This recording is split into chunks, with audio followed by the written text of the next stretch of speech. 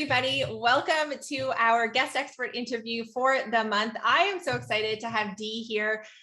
For those of you who had a chance to dive into her lessons, they have been amazing. And Dee is really an expert when it comes to crafting incredible, like high ticket, high value programs and really stepping into that kind of level as an entrepreneur. So Dee, welcome to the Passive Project. Oh, thanks so much, Gemma. I really had such a blast recording that, and I'm so glad that it was useful to all your members. So excited to be here. Yeah, well, no, we're so excited to have you. So Dee, do you want to just give folks a bit of a little bit of background or introduction to you and your business? And if you guys haven't gone to Dee's website and read, like you do such a great job of telling your story on your homepage. You're such a good writer. So yeah, just tell people like who you are and what you do, a little bit of background. Oh, thank you. Thank you. Well, I am a business mentor and a sales strategist, and I help coaches and creatives create, market, and sell their high ticket offers. I believe that our businesses should be spiritually aligned and financially thriving. So that's what I help them do. My story goes back to me being a stay-at-home mom. I was not working. I didn't have a job. I was a stay-at-home mom. I worked with Bank of America, I think 6 years before I became a mom. No, 3 years before I became a mom and 6 years before I started my business.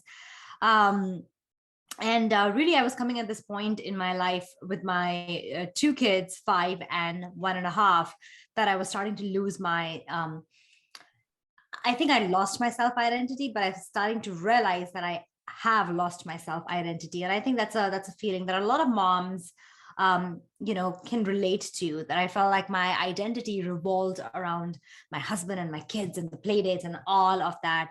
And I kind of didn't like it. I really didn't like that. And at that point of time, I felt like I only had two options. I could go back to work, or I could be a stay-at-home mom.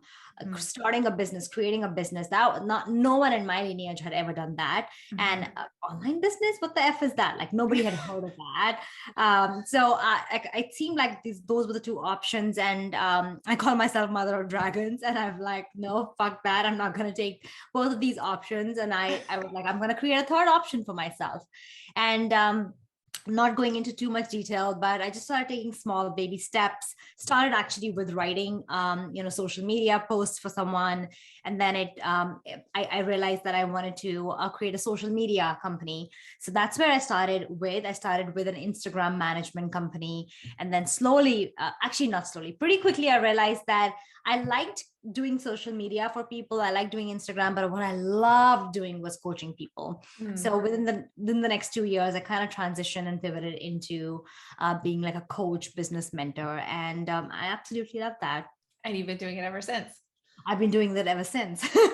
I loved, by the way, your story. I've gone through a fair bit of your website next. I love your writing, and you did that writing project, right? Where you wrote every day for however many days in a row. And one of them told the story of you landing those first 3 clients. I guess that was when you were starting your service-based business. And I just I felt like I could connect with you so much. This idea of like, you had joined a program and you were doing like posting in Facebook groups and posting content every day and trying to do all the things and be all the places. And I really giggled when you wrote about like something about being in Reddit, or like doing your market research in Reddit, maybe. And then actually to land those first 3 clients, all you did was like send out some direct messages, right? Was that the strategy? Yeah. It was, simple. I was like, F that. Like, I'm a mom. I don't have so much time to like post in 20 Facebook groups. And I just reached out to 3 people, actually, 10 people. And I said, hey, like, do you want to talk about this? Like, we can. And then I ended up with 3 clients. So the conversion rates were a little bit low at that time, but it did get me my 3 paying clients. Yeah.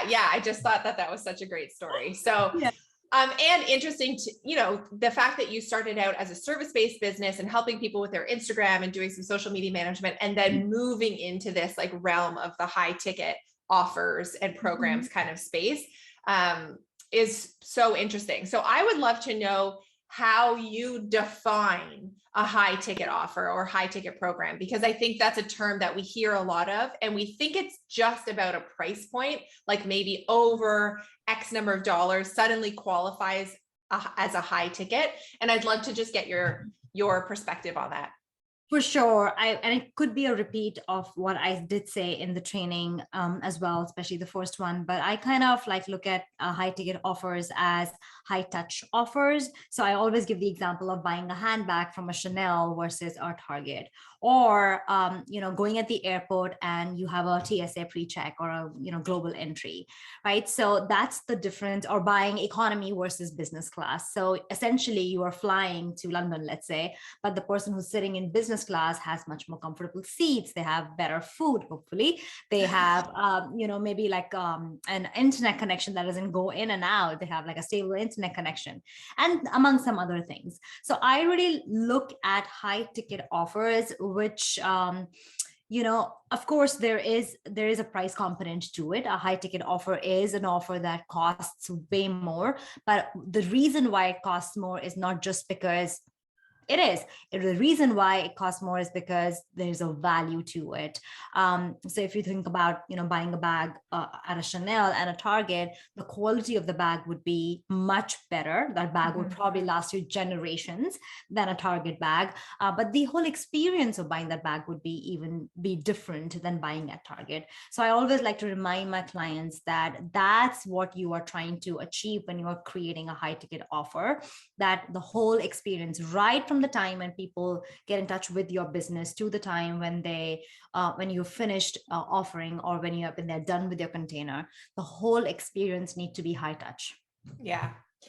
And that also seeps into the way in which you do marketing too, because I've heard you talk about that idea of sort of the secret to selling high tickets successfully is really customizing that experience for your clients. And even before they become a client though. So we can talk about what does it look like when we onboard someone and having a really luxe experience for them when in that sort of part of the process, but even before they become a client, even during your marketing, I think it takes on a bit of a different approach. Could you speak a little bit about your marketing strategies and how they look a little different?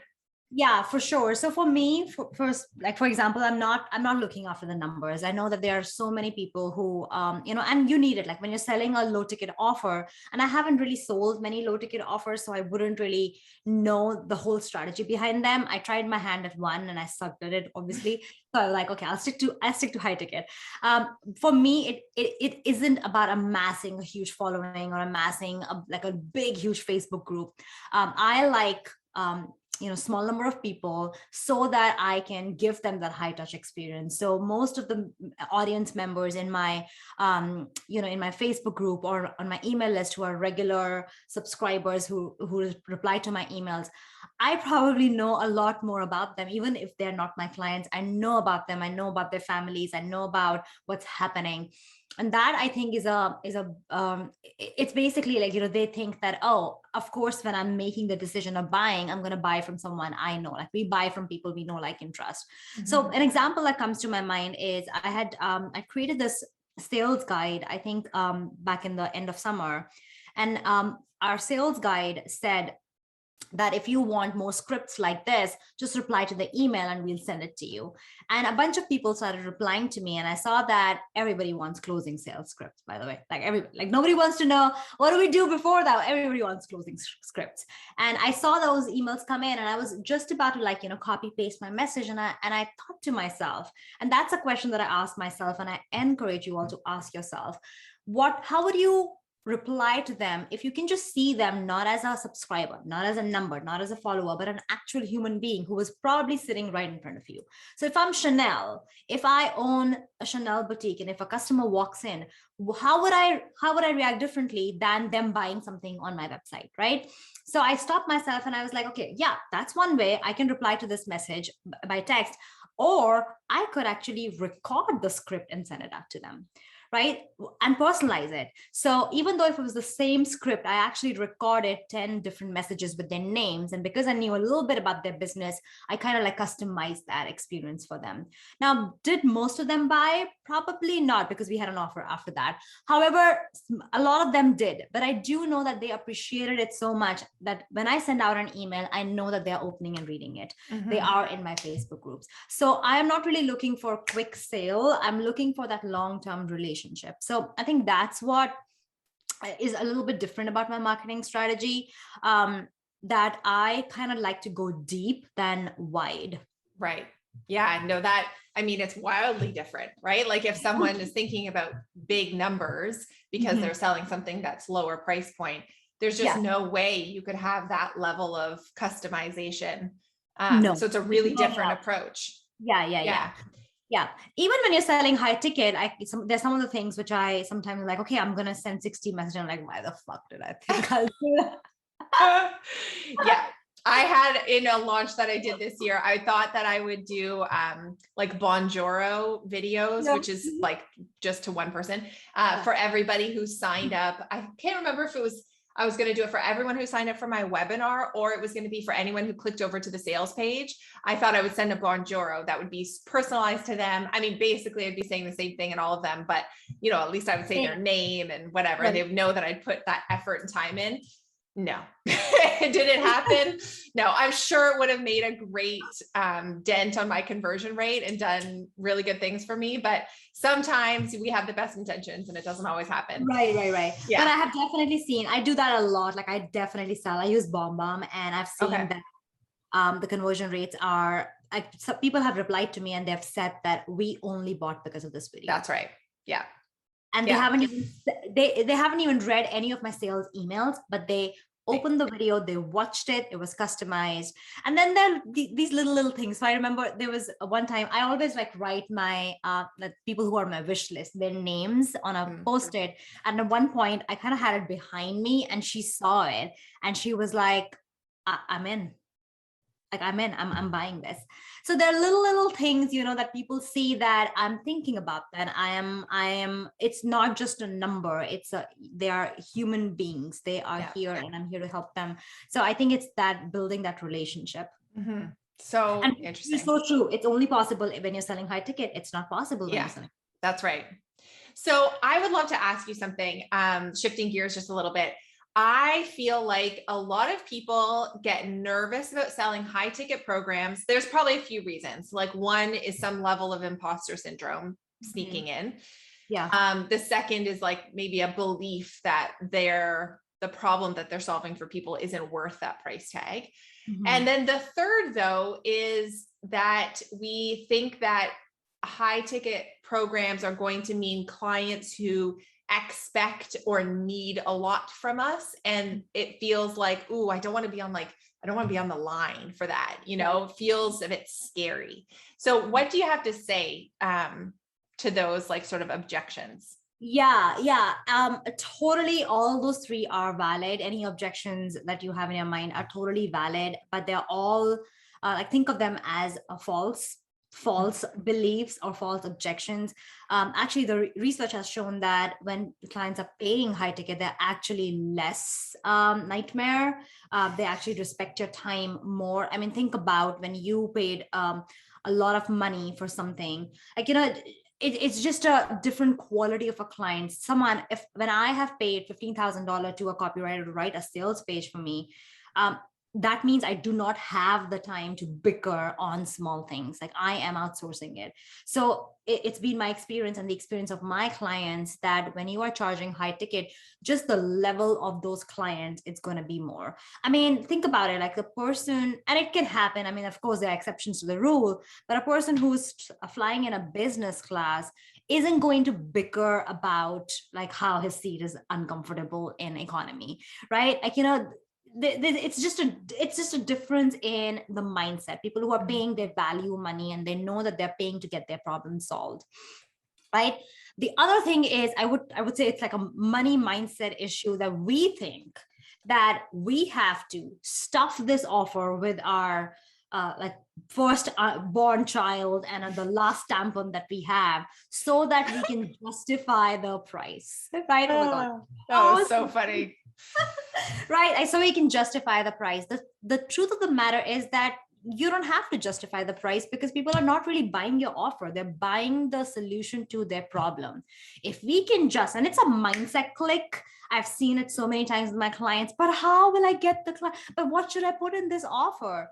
But it's once you get it, and I call it trusting the process. Once you trust the process and just go a little step by step, I promise if you stick to it, there will be a click that will come and they'll say, of course, why didn't I charge enough? Like a lot of my clients, I tell them, okay, go charge $10,000. And they'll go and they'll charge $5,000. And they'll say, oh my God, Deepshikha, she said, yes, I should have charged $10,000. Right. So it comes with experience and practice, but you have to understand that you are not charging them for the 10 calls, the 2 bonus sessions, walks or support. You are charging them for the solution to their problem. So I always give an example of my second son. My first one was a C-section because he was breech. And my second one, I was like, I'm not getting myself cut unless there's a medical reason to do so. So I wanted to have a vaginal delivery. And this is, I'm talking 6 years ago. Even then, even 6 years ago, this was like unheard of. Like people didn't have VBACs back then. And I live in New Jersey. My doctor was in New York. I'm talking about New York City. Even there, it was like, no, we're not doing that. But I was so adamant. I found a doctor that supported it, and I hired a doula. And she was costly. We were one family member was earning money at that time. I was a stay-at-home mom. It was costly for us. It was not like something that we could easily afford and put money down on. And we were having a second baby. But what she promised me was a successful VBAC delivery. That was the transformation, right? She was charging for. She wasn't charging for the massage. She wasn't charging for a guide or a book or an ebook or a PDF. She was charging for, I'm going to support you through the process and get you ready for a successful vaginal birth. And I had a successful vaginal birth. I would have paid everything that I own to her. Right. Yeah. That's a really powerful example. Do you have other examples of clients that you've worked with of the styles of programs that they've put together for their high ticket offers? Because I guess another thing that I think often comes up for people is thinking it's easier to rationalize a high ticket service, right? Where you are doing a lot of it's more done for you. Yeah. I think it's harder to wrap our heads around a high ticket educational program. And I think even just hearing examples of other clients of yours and the types of programs and offers that they've put together would be helpful for people, even just to like have it click and see how they could make it happen in their niche or industry or business.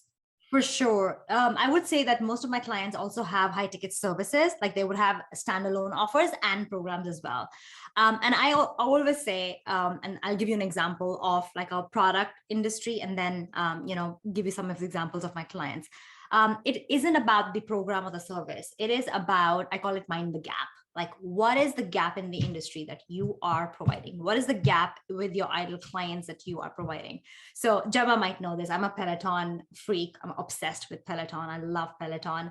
And if you like, they are just, I don't love them just because of their workouts, but their marketing is so fabulous. They have identified who their ideal audience is, and their messaging behind their offer is that we give great workouts to health enthusiasts without leaving the gym.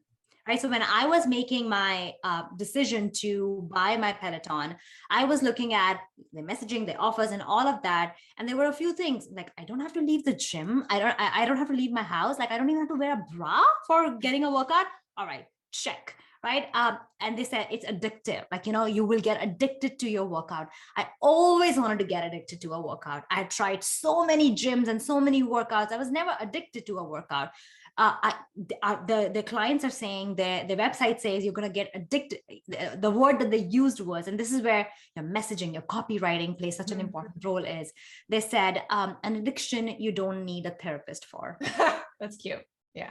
Right. And I was like, okay, check. This is again another thing. So when I saw that this was like a gap that they were solving for me, I don't have to leave my house and I'm going to get a great workout and get addicted to it. Of course, buying a $2,000 bike was a no-brainer for me. It's a high ticket offer, right? It's an expensive bike. So that's what I tell my clients to see what the gap is, mind the gap for them. So for example, my program, the reason why I have been able to sell it high ticket and so successfully is that we say, we are not offering you cookie cutter advice. right? This is not a course. We are customizing your business. And I say, it's a Chanel couture gown fitted to your every nuance, right? That's what I say. This is what we are offering. So that's one example. Let me just think about, so for example, I had a holistic health coach who created this program, and her Mind the Gap was, she solved mystery illness, like, mystery symptoms that none of the doctors have been able to diagnose, with the help of holistic nutrition and intuitive guidance. That was her ideal audience. That was the gap. So that was a group program that she did. There's one client that we're currently putting her high ticket offer together. She's a copywriter, and the program, the positioning. So the positioning is a very important part in your high ticket program. The positioning that we are creating for her is that this isn't a program that's going to teach you how to write copy. You've done enough of that. You have no copy ready right now. This isn't a program where I will write your copy. This is a program where you will come, I will guide you. We're going to sit together. You will get your copy done. So by the end of the program, you'll have 6, 7, 8 pieces, whatever it is, you will have those ready. Right. So I think positioning plays a really important when we are talking about, selling a high ticket program. Yeah. That's really interesting. And do you find that most of your clients and your own high ticket program, do you run them, the ones that are programs rather than services, as kind of cohort style, so everyone going through at the same time, or rolling enrollment where people can join at any time, and there are just certain parameters around what it looks like and when they end their time with you? That's a very interesting question. I myself in my business have been trying to adapt the rolling enrollment in my business, and I don't know, have been unable to wrap my mind around it. I like all the people. And again, this is where, customization of your personality, of how you are built, plays so much importance. The programs that I create, my clients, they just come together and they form such deep friendships. Like even the programs that I did 4 years ago, they're still like best friends. I see all their posts together. And I feel like that dynamic might get lost. And that is one of my Mind the Gap. Like when my clients come in and give me testimonials, that's one of the things that they say, that this was the best community that we ever experienced. Right. So I have tried to do it just because it's going to probably make my job easier. I haven't been able to figure that out. And I'm just thinking back to some of my clients who've run programs, and I think most of them have a start date and an end date. They haven't been able to do rolling enrollments yet. Yeah. It's not that it's not possible. It is possible for sure. Yeah. I mean, we know some people who have made it work, but I agree with you that it's much easy. In my mind, it's a much easier sell when it's like a cohort style, because the prospective client, it's easier to understand that. It's easier to think like, oh, okay, it's for 8 weeks, 12 weeks, whatever that looks like, 6 months, with a group of people, and we're following along, as opposed to me coming in and having to like feel my way through and just hope that it feels a little bit more DIY or self-study. For sure, Jeba. And I'm just thinking back to one program that I was in, which was a rolling enrollment. And I was never able to form any real friendships in there, because I didn't even know who was coming. Like every time there was a new person, and one person that I kind of had a chat with was gone now. And so I think rolling enrollments are great for the business owner. Is it great for the clients? I am not sure. And as far as I understand high ticket offers, it needs to be great for the clients as well. Sure. Yeah. And it's a totally different story when it comes to a more lower ticket course where someone's really buying it. They are buying it for the transformation and that solution, but there's a different understanding of, okay, I need to come in, pull up my bootstraps, get in here and do the work. No one's going to do it for me. It's a different experience. For sure. Yeah. So the other question I had was this idea around the high ticket offer and working it into your product suite as a business owner. And I know that you, Dee, like mostly just have the higher ticket offer. You were saying earlier, you don't really sell anything that's low ticket. Have any of your clients successfully been able to create more of like a suite of offers, or do they really end up just focusing on that high ticket offer? Yeah, and actually that's not correct. I would correct myself. I do have a low ticket offer now, just as Okay. started creating one. What I was referring to was actually a tripwire, like a $37 offer. I was never able to like get my mind wrapped around it. And also because there was like, I sell $37 and okay, you can buy my $12,000 mastermind. There's nothing in between. So it was a total mismatch, total, completely energetic misalignment. Yeah, definitely. I don't buy to the philosophy that you need to have only high ticket offers or only low ticket offers. I think it's a great idea to diversify when you, and you know, it depends on who your ideal client is. But for me, I have such a range of people who, are they're starting their business, they're very successful, they're somewhere in mid range, and I want to be able to give them an opportunity to experience me as well. So I definitely think that it's a good idea to have all of them. And sometimes people like to experience you for a little bit, maybe at a lower ticket price. It's like a no-brainer entry price. They buy their low ticket thing, and then they're like, oh, now we like her, we're getting some transformation, and now let's go for a high ticket thing. So I definitely I buy to that. Yeah, totally. And do you think that there's a particular order in, like, if someone's really starting from scratch, I'd love to hear what you say about like what order in which you launch those different types of priced offers. That's such a good question.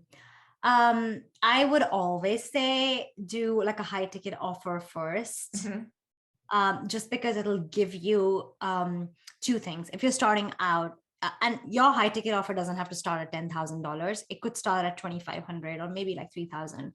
But it'll give you an opportunity to really customize your experience and get really cool testimonials, which will enable you to get new other clients. You will there's a thing about confidence too, right? Like you get that confidence when you are selling at that price and when you are getting those clients. And you get that extra capital, because I do feel that when you're selling low ticket, you need capital to invest in a designer, the software, the application, maybe Facebook ads and all of that. I didn't do it that way. I mean, of course I had my service, but when I said, okay, let me do a course, I sold a $197 course, made $10,000, but I had invested $12,000 in like everything else. So at the end of the day, it was like, what just fucking happened over here? So I definitely think starting with a high ticket or a medium ticket offer, and then figuring out what your audience wants, because when you're new, you don't even know what your people want. That will give you a great opportunity to understand what people are looking for, and then create maybe like a low ticket entry offer as well. Yeah, it's similar.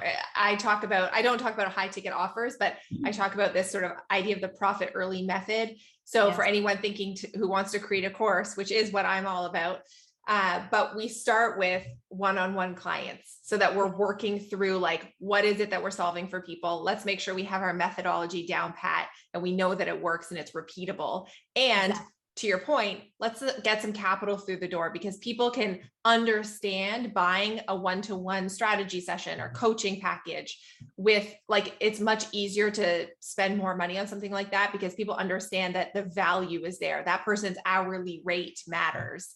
Exactly. And then we can kind of layer in the course and other types of offers from there.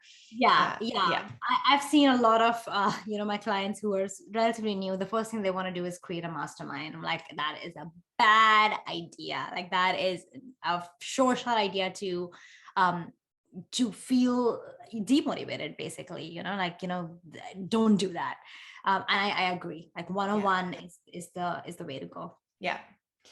And similarly, like something that I hear a lot is this idea of like, oh, well, I'll just get started with like the $27, $37 tripwire product and then go from there. But that's a volume play. And so that to me comes last, because that's the thing that you do when you already have a Facebook ads agency that you're working with, or because you're running ads elsewhere in your business, and you can kind of test and plug that in. And use it as almost like a lead gen tool. It's not the thing that you start with that's going to like get rich quick kind of scheme. Yeah. So I would love to hear, I think you talked about this in one of the lessons inside of the Passive Project dashboard, but for anybody who hasn't heard it yet, when we're thinking about our high ticket program, you talked about some of the elements that like have to be kind of included, or things that you should be thinking about including when you're crafting an offer like this. Can you talk us through that a little bit? Oh, are you talking about the sweet spot? Yeah. Is that what you're talking about? Okay, yeah, sure. So I call it, I've given it a name now. I call it the DNA framework now. So I like desire, needs, and achievability. So first of all, I talk about let's talk about the desire first. Like, what is it that you love to create? What is it you desire to put out in the world? So if we think of it as a Venn diagram, that is like your number one circle, right? A lot of people forget about that. They just, I'm actually coaching a client right now who's only thinking about like, what can I sell that'll make money? And that's that. It will sell out eventually. However, that's a short way to burn out and not feeling joyful about your business. Because if you're only thinking about what's going to make you money, if there's a misalignment with what you really want to serve or do, I know these words can sound like very woo or like very out there, but it's the truth. When there's a misalignment in your energy, in your, in what you really want to do in your business, there is going to be a time when there's a breakdown of either health, financial crisis, mental breakdown, or, relationship crisis. I've seen it so many times happen. So that's a very important part. Like, don't forget yourself. Like, you created a business for yourself. So what do you love to create in the world? The second Venn diagram is, what do people need? What are people craving for right now? What is your ideal audience craving for? Are they craving for, let's say, networking groups that you can create for them? And you love networking. Mm-hmm. Are they craving for someone to teach them how to create a course? Are they craving for someone to teach them how to build a list? So what is that they are craving for? And the last part is, what are people willing to pay money for?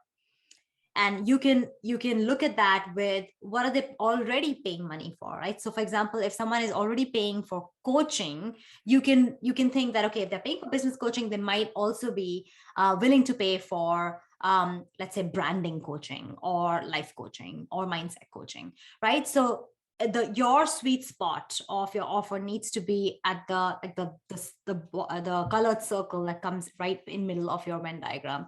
What do you desire to create? What do they need? What are they craving? And what are they willing to pay money for? Mm-hmm. That last one, what are they willing to pay money for? Those were some really nice examples that you gave. If someone's really feeling unsure that the audience that they've been building already is an audience that would be willing to spend money, do you have any kind of tips or strategies that they could use to try and tease that out a little bit of their existing audience? I think I'm not understanding the question correctly. So can you repeat it? Okay, so if someone's growing their audience already, let's say they've got 500 people on their email list and they're growing their Instagram or something, and they feel unsure of kind of that threshold, I guess, of how much money would people in their audience really be willing to spend to solve that problem. Are there any strategies that they can use rather than just slapping a price on it and going forward and just hoping for the best? Like, is there any kind of research or digging that they can do to kind of help them answer that question for themselves? Sure. Okay. So first of all, I want to say that there's a difference in the last part that I said. What are they willing? I said, what are they willing to pay money for? Not how much are they willing to pay. Right. And I always say price is arbitrary. Right. Yeah. Like, how much is something supposed to cost? Like, nobody, like, how much is this glass supposed to cost? If I tell you this glass costed $100, it can be believable. You'll be like, no, it started with diamonds at the bottom. Right. So like, price is literally arbitrary. What is important is that the transformation, you are able to really narrate to them that it is possible for them. So that's just, I wanted to make that clarity. The second part is that how can you tease that this is a high-end product? So like, going back to the Chanel and Target analogy, right? You want to create a business that speaks high ticket in everything then.